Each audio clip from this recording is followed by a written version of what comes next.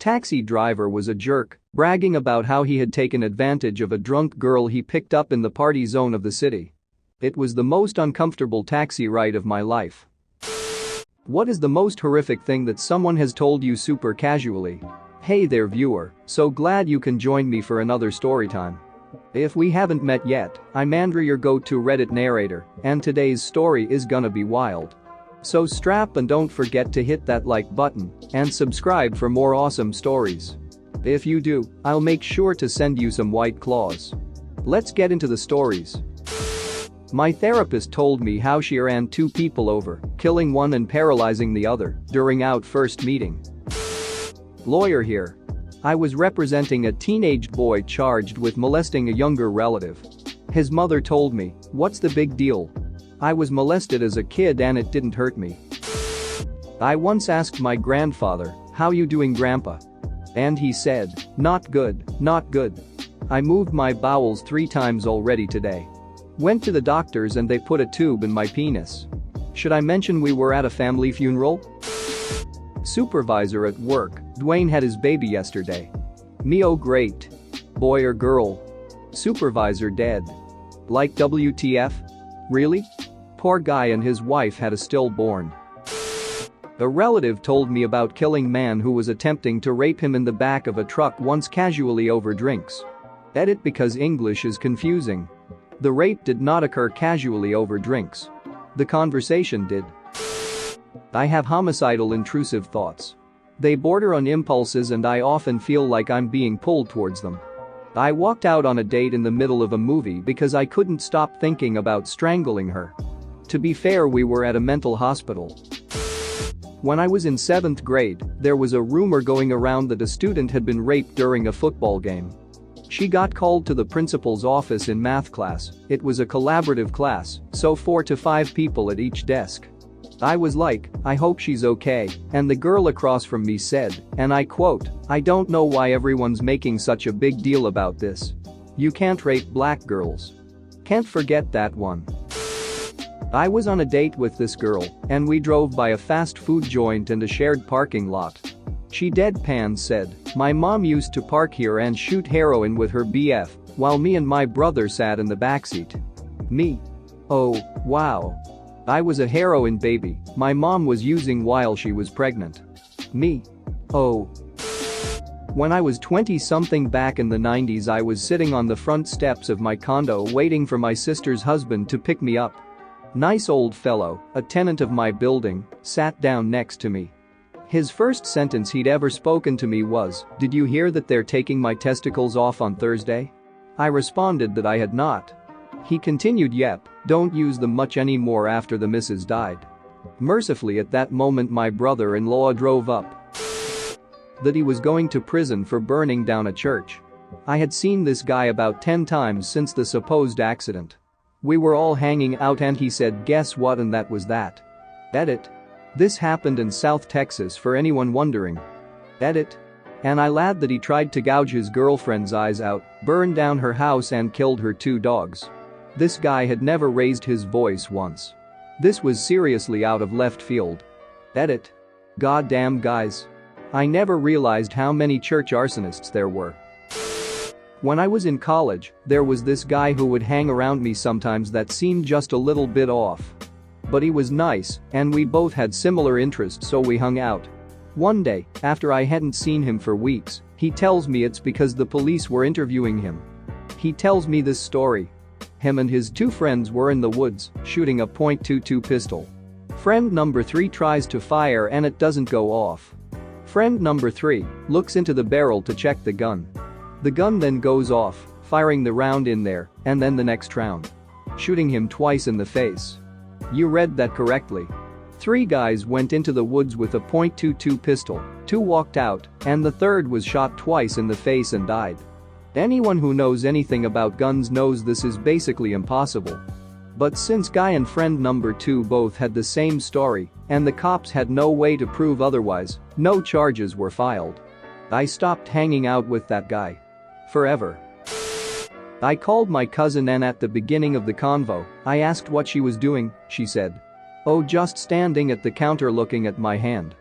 I thought it was a little weird, but my cousin is a little weird, so I forgot about it. Anyway, half an hour later she goes, the blood has now stained my shirt, I think I should hang up and go to the ER. I was like, what? So she replied, oh, I stabbed myself with the meat cleaver 10 minutes before you called, and the knife is still in my hand. I'm fine, but my shirt is now ruined. I was joking with an acquaintance once, and he told me that he was going to move in a couple of months. We weren't really close enough for me to care, but I asked him why out of pure curiosity. In the same breath, without hesitation, he told me that he had been in the foster system all his life despite knowing his biological dad personally. His dad was some big businessman in New York City and didn't have the time to raise a son. He had been with 11 different families in 15 years, and in each one he prayed he'd get adopted. It never happened. The family that he was with at that moment told him they were thinking about adopting him, but changed their minds last minute. Now he's in a constant state of expecting to move because he just assumes that no one will ever want to adopt him. If you're reading this, I hope you're doing good, Michael. A couple of years ago I was on one of those music festival cruises. I was sitting down waiting on my friends to finish their drinks and whatnot when this lady sits down next to me. Somehow we get to talking about dogs. I tell her about mine, she tells me that hers is a comfort dog. I didn't ask her to elaborate because it wasn't any of my business, but she tells me it's because she didn't leave her house for 5 years. Again, I didn't ask why. She went on to tell me, a perfect stranger who'd been talking to her for all of 5 minutes, that her ex-boyfriend was stalking her and broke into her house, so she had to shoot him and kill him. The guy I worked with said that in the late 80s he lived with 5 other guys in an apartment in New York. Some time after the HIV test is developed, all of the roommates agree to get tested. Apparently the results were mailed to them. Basically, one guy got the mail and opened everyone's test. In so doing he finds out one of the roommates has HIV. He shows the test results to every roommate except the guy who is HIV positive. Then they destroy the test results. They all pack their stuff and abandon apartment and the HIV positive guy. None of them ever spoke to the HIV positive roommate again. They never told him his test results. The guy I worked with laughed so hard telling me this story. It's ducked up. The guy I worked with had no remorse or a second of compassion even 30 years later, and knowing the HIV positive roommate probably died. Who knows how many people the unknowing HIV positive guy may have unknowingly transmitted HIV to before he had serious symptoms. JP, if you're reading this, duck you. Heartless bastard. My mom was in the ER in September 2019. She had stage IV colon cancer and was in a lot of pain and other stuff. The DR came in and just basically said, well, you have some heart failure and your liver is failing. And just walked out. WTF.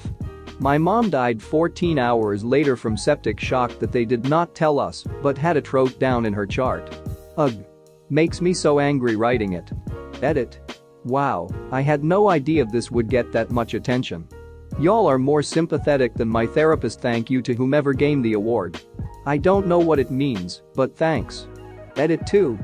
My mom was actually getting treatment in Houston in July 2019. She had sepsis then, and her oncologist told her to call all family and friends in as if something happened, it would happen quick.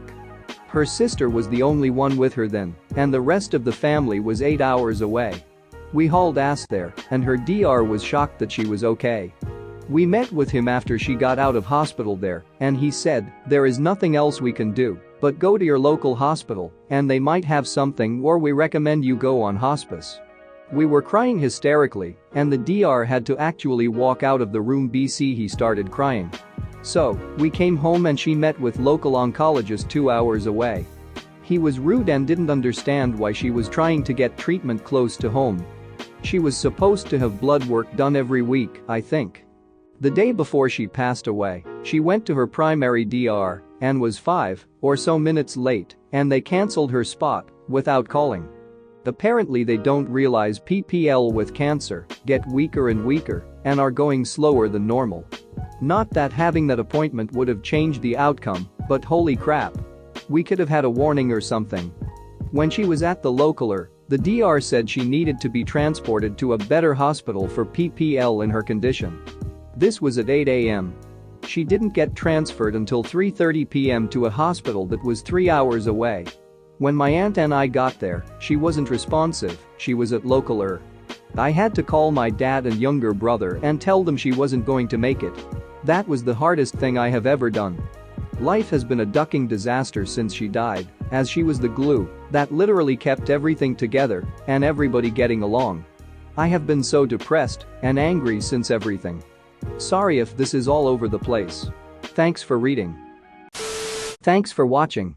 What did you think of the story time? Let me know in the comments below. If you liked the video, smash that like button and subscribe so you don't miss any more story times.